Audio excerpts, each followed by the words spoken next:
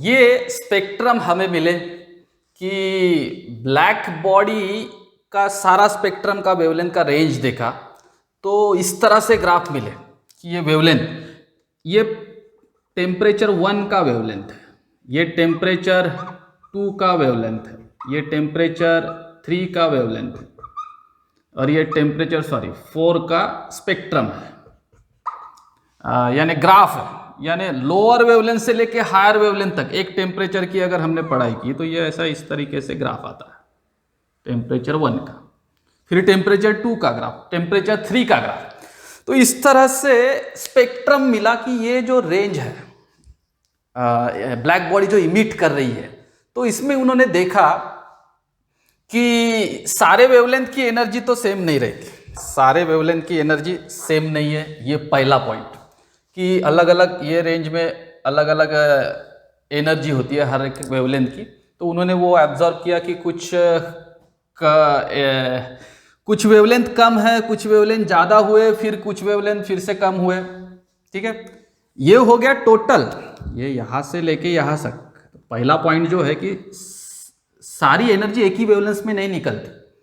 ये देखो एनर्जी के ये कुछ छोटे वेवलेंथ है, फिर बढ़ते गए, फिर एनर्जी तो निकली लेकिन इक्वल अमाउंट में नहीं निकली कि एक ही वेवलेंथ निकला, छोटे से लेके बड़े तक सारे वेवलेंथ निकले। तो पहला पॉइंट क्लियर कि एनर्जी जो निकली वो एक ही वेवलेंथ में नहीं निकली, सारे स्पेक्ट्रम के वेवलेंथ में एनर्जी निकली।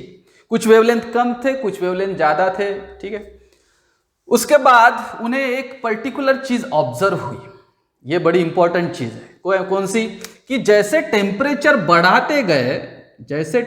बढ़ाते गए तो क्या हुआ कि ये जो मैक्सिमम वेवलेंथ जो है, यानी जो वेवलेंथ सबसे ज्यादा निकलती है, उसे उन्होंने लैम्बडा मैक्स कहा था। तो जो वेवलेंथ सबसे ज्यादा निकलती है, निकलते तो सारे वेवलेंथ है लेकिन कुछ वेवलेंथ ऐसी है कि जो सबसे ज्यादा निकलती है, उसकी इंटेंसिटी सबसे ज्यादा होती है, वो वेवलेंथ कम होते जा रही है। या पहला ऑब्जर्वेशन तो हम ये पकड़ेंगे कि डिस्प्लेस होती जा रही है, कि जो मैक्सिमम अमाउंट में निकलने वाली जो वेवलेंथ है वो चेंज होते जा रही है। दूसरा ऑब्जर्वेशन, पहला क्या था कि एनर्जी सारे वेवलेंथ में निकल रही है, छोटे वेवलेंथ से लेके बड़े वेवलेंथ तक पूरा स्पेक्ट्रम कवर कर लिया। दूसरा ऑब्जर्वेशन कि ये जो वेवलेंथ है जो मैक्सिमम अमाउंट में निकल रही है एक पर्टिकुलर टेम्परेचर पे, वो चेंज होते जा रही है, वो डिस्प्लेस होते जा रही है। उसके बाद उन्होंने देखा कि एरिया अंडर द कर्व, ये कर्व के अंडर जो एरिया आ रहा है ये हो गई टोटल एनर्जी। यहाँ पे कुछ एनर्जी है इस वेवलेंथ में, इस वेवलेंथ में कुछ एनर्जी है इस वेवलेंथ में। तो ये जो सपोज पहला ग्राफ हम लेंगे तो ये पूरा ये जो एरिया है सारे वेवलेंथ का, वो हो गई टोटल एनर्जी। तो ये जो टोटल एनर्जी थी वो स्टीफन्स लॉ को फॉलो करती है, वो टेम्परेचर के हिसाब से बढ़ते जाती है, तो वो स्टीफन्स लॉ को फॉलो कर रही थी। जब ये पढ़ाई हुई, ये ग्राफ निकाले गए, तो टोटल एनर्जी का एरिया जो है वो स्टीफन्स लॉ को फॉलो कर रहा था। अगर टोटल एरिया निकाला तो वो स्टीफन्स लॉ को फॉलो कर रहा था टेम्परेचर के हिसाब से। उसके बाद फिर से देखा कि ये जो डिस्प्लेस हो रहा है, यानी जो लैम्बडा मैक्स है, जो एक पर्टिकुलर टेम्परेचर पे ज्यादा निकलने वाला वेवलेंथ, वो शिफ्ट हो रहा है, वो डिस्प्लेस हो रहा है, वो कम होते जा रहा है। तो जैसा टेम्परेचर बढ़ रहा है लैम्बडा कम होते जा रहा है, यानी उसका इनवर्सली प्रोपोर्शनल मिला कि लैम्बडा टेम्परेचर बढ़ रहा है, लैम्बडा कम हो रहा है, लैम्बडा कम हो रहा है, टेम्परेचर बढ़ रहा है। तो ये लैम्बडा कौन सा? Lambda max. इस पे बड़ा फोकस करना कि लैम्बडा मैक्स यानी निकल तो सभी रेंज है, लेकिन एक लैम्बडा मैक्स, एक वेवलेंथ ऐसी है वो ज्यादा अमाउंट में निकल रही है, तो उसे कहते हैं हम लैम्बडा मैक्स। तो इसका टेम्परेचर के साथ इनवर्सली प्रोपोर्शनल रिलेशन मिला। तो इनवर्सली प्रोपोर्शनल रिलेशन मिला, और एक बात पहले कह रहे थे, फिर हम विंस पे जाते हैं। तो इनवर्सली प्रोपोर्शनल रिलेशन से ही विंस निकलता है। और अल्ट्रावायलेट कैटास्ट्रोफ करके एक फिर से बात आई कि ये जो ग्राफ है ये स्टार्टिंग में ऐसा बहुत ज्यादा हो रहा है, फिर यहां ऐसे कम इधर ऐसे जाता है। तो मैक्सिमम एनर्जी, मैक्सिमम वेवलेंथ ये कम रेंज के, यानी कम वेवलेंथ के एरिया से निकल रही है। तो फिर उन्होंने उसको कहा अल्ट्रावायलेट कैटास्ट्रोफ। तो ये ऑब्जर्वेशन ब्लैक बॉडी के वेवलेंथ के यानी स्पेक्ट्रम के पढ़ाई से मिला। ठीक है, ये एक बात होगी कि ब्लैक बॉडी के वेवलेंथ के पढ़ाई से ये ऑब्जर्वेशन मिले। इस ऑब्जर्वेशन का ये शॉर्ट फॉर्म है और हमें अब जब से ज़्यादा जरूरी है वो ये ऑब्जर्वेशन की टेम्परेचर बढ़ाने से लैम्बडा मैक्स कम होते जा रहा है, मैक्सिमम निकलने वाली जो वेवलेंथ है वो कम होते जा रही है। अब इसके ऊपर जो विन्स लॉ बना है वो अब हम देखते हैं। तो विन्स डिस्प्लेसमेंट लॉ, अब क्या हुआ, वो स्पेक्ट्रम से विन्स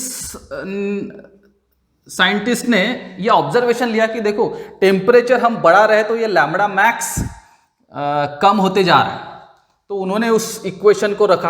अब प्रोपोर्शनैलिटी आ गई तो प्रोपोर्शनैलिटी कांस्टेंट भी निकाल सकते हैं, तो उन्होंने प्रोपोर्शनैलिटी कांस्टेंट निकाला, यानी लैम्बडा एम एन टू है ये कांस्टेंट टेम्परेचर, जिस टेम्परेचर पे वो पढ़ाई की, हर टेम्परेचर का लैम्बडा मैक्स अलग होता है, और ये कांस्टेंट निकाला, ये विन्स कांस्टेंट कहा गया। तो इसका एप्लीकेशन बहुत ही यूजफुल रहा कि देखो हर चीज से, बॉडी से, हर बॉडी से रेडिएशन इमिट हो रहे हैं या हीट निकल रही है, एनर्जी निकल रही है, रेडिएशन इमिट हो रहे हैं, तो वो रेडिएशन अगर हमें पता चल गए कौन से वेवलेंथ है तो हम उसका टेम्परेचर निकाल सकते हैं। बी तो कांस्टेंट है, ये बात समझ लो, बी कांस्टेंट है। अगर हमें सन का टेम्परेचर देखना है तो हम क्या वहां जाके थर्मामीटर तो नहीं लगा सकते। अभी कोविड-19 में फिलहाल चल रहा है कि आपका टेम्परेचर देखने के लिए आपको टच करेंगे तो वो उनके लिए डेंजर है, तो बाहर से एक मशीन लगाई जाती है और वो मशीन पे टेम्परेचर आ जाता है, जो आपको टच नहीं करता फिर भी टेम्परेचर बताता है। तो ये लॉ यूज करते हैं। उसमें क्या होता है कि आपके बॉडी से निकलने वाले वेव्स देखते हैं, उस वेव्स में सबसे ज्यादा वेव कौन से वेवलेंथ के निकल रहे हैं, किसकी इंटेंसिटी ज्यादा है, सबसे ज्यादा, फिर वो पता चल गई, फिर हमें बी तो पता ही है, उससे हम टेम्परेचर निकाल लेते हैं। तो इस तरह से विन्स डिस्प्लेसमेंट लॉ आया कि विन्स डिस्प्लेसमेंट लॉ ने बताया कि ये इसका रिलेशन है, ये इसका कांस्टेंट है। लेकिन विन्स डिस्प्लेसमेंट लॉ सारे चीजों को एक्सप्लेन नहीं कर पाया। विन्स डिस्प्लेसमेंट लॉ फेल हुआ और उसके बाद क्लासिकल मैकेनिक्स से वो चीज एक्सप्लेन नहीं हो रही थी, और उसके बाद फिर उन्होंने उस पर चेंजेस किए क्वांटम लॉ लगा के, उसे हम देखते हैं। तो फिर उस कॉन्सेप्ट को कि ये जो रेडिएशन है, ये चेंजेस है, ये सारे वेवलेंथ निकल रहे हैं, कुछ कम रेंज में है, कुछ ज़्यादा रेंज में है, फिर उसका एनर्जी का कैलकुलेशन, उस सारे को एक्सप्लेन करने के लिए मैक्स प्लैंक्स की थ्योरी यूज की गई।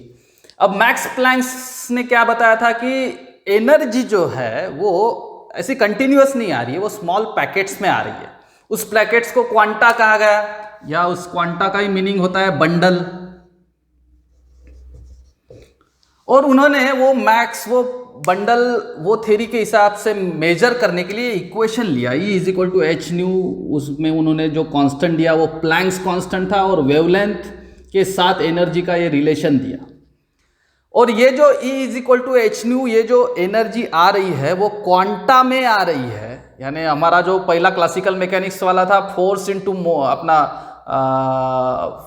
जो एनर्जी का जो रिलेशन था वर्क इनटू डिस्प्लेसमेंट, अब वो कहीं यहाँ दिखाई नहीं दे रहा है। अब ये क्वांटा की कॉन्सेप्ट का है कि एनर्जी जो आ रही है वो बंडल में आ रही है, और उस बंडल को उन्होंने मेजर किया, और ये energy integral multiple of H new रहती है, यानी यहाँ फ्रैक्शन नहीं रहेगा, 1 2 3 कुछ तो भी रहेगा।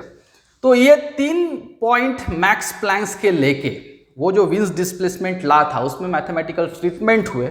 हमें वो मैथमेटिकल ट्रीटमेंट पे डिटेल जाना नहीं है क्योंकि हम केमिस्ट है, फिजिसिस्ट ने वो काम किया, और ये जो है वो इक्वेशन बनाया, उस इक्वेशन को फिर से रेक्टिफाई किया। E lambda is equal to 8 pi h lambda raise to the power 5 1 upon e to the power hc divided by kt lambda, और ये -1, तो ये -1, ये ऊपर में नहीं है, ये -1 है। और ये नया इक्वेशन तो जो था उसे कहा गया प्लैंक्स रेडिएशन लॉ। ठीक है, तो इस इक्वेशन को आपको थोड़ा सा याद करना है, कुछ टेक्निक लगा के उसको याद कर लेना।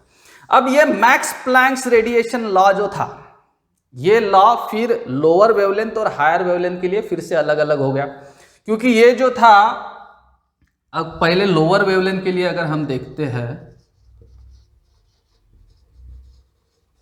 अब लोअर वेवलेंथ में क्या होता है कि लैम्बडा की वैल्यू कम हो जाती है, और लैम्बडा की वैल्यू कम होने से वो निग्लेक्टेड हो जाता है, यानी ये वैल्यू बहुत कम हो जाएगी और फिर वहाँ पे 1 ही बचेगा। तो इसलिए वो जो इक्वेशन है वो फिर लोअर वेवलेंथ के लिए जो अल्ट्रावायलेट कैटास्ट्रोफ क्यू आया, इसका भी उसमें आंसर मिल गया।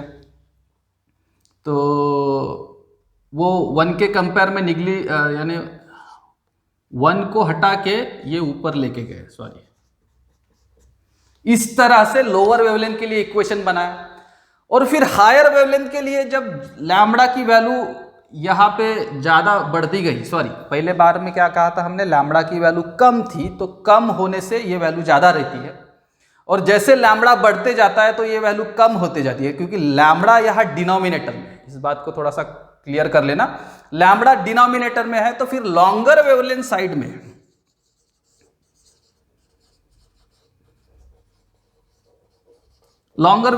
में फिर उसको बायनोमियल इक्वेशन बना के, फिर मैथमेटिकल टूल लगा के, छोटा सा मैथमेटिक्स है, तो फिर ये इक्वेशन चेंज हो गया लॉन्गर वेवलेंथ के लिए, उसके लिए 8 पाई h, और ये लैम्बडा जो है एक लैम्बडा कम हो गया, तो यानी टू द पावर 4 हो गया, और यहाँ का c शायद यहाँ पे आ गया, ठीक है।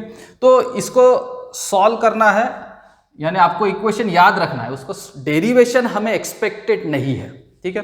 तो चेंजेस थोड़े से याद रखना कि क्या हुआ है, और वो नोट्स में देख लेना, अच्छे से सॉल्व किया हुआ है। तो ये हो गया black body radiation explanation. Black body experiment हुआ, ब्लैक बॉडी के आउटपुट जो थे पहले स्टीफन्स ने बताया, वो ठीक है अप्लाई हुए, बाद में उसका रेडिएशन का पैटर्न जो था वो क्लासिकल मैकेनिक्स एक्सप्लेन नहीं करता था, तो फिर उसको एक्सप्लेन करने के लिए मैक्स प्लैंक्स की थ्योरी लगानी पड़ी, जो क्लासिकल मैकेनिक्स को मानती नहीं है, और फिर इस थ्योरी से उस सारे चीज़ों का एक्सप्लेनेशन मिला, इक्वेशन मिले, परफेक्ट इक्वेशन मिले कि जिससे वो ग्राफ एक्सप्लेन हो सके, और इस तरह ये एक्सपेरिमेंट क्लासिकल मैकेनिक्स को नहीं मानता था, यानी क्लासिकल मैकेनिक्स उसे एक्सप्लेन नहीं कर पाया, लेकिन क्वांटम ने उसे एक्सप्लेन कर लिया, क्वांटा के कॉन्सेप्ट ने उसे एक्सप्लेन कर लिया। तो इस तरह से है ब्लैक बॉडी रेडिएशन। और जो फिर से दूसरा एक्सपेरिमेंट है जो क्लासिकल मैकेनिक्स से एक्सप्लेन नहीं हुआ, वो नेक्स्ट लेक्चर में सीरीज में रहेगा, फोटो इलेक्ट्रिक इफेक्ट। वेलकम।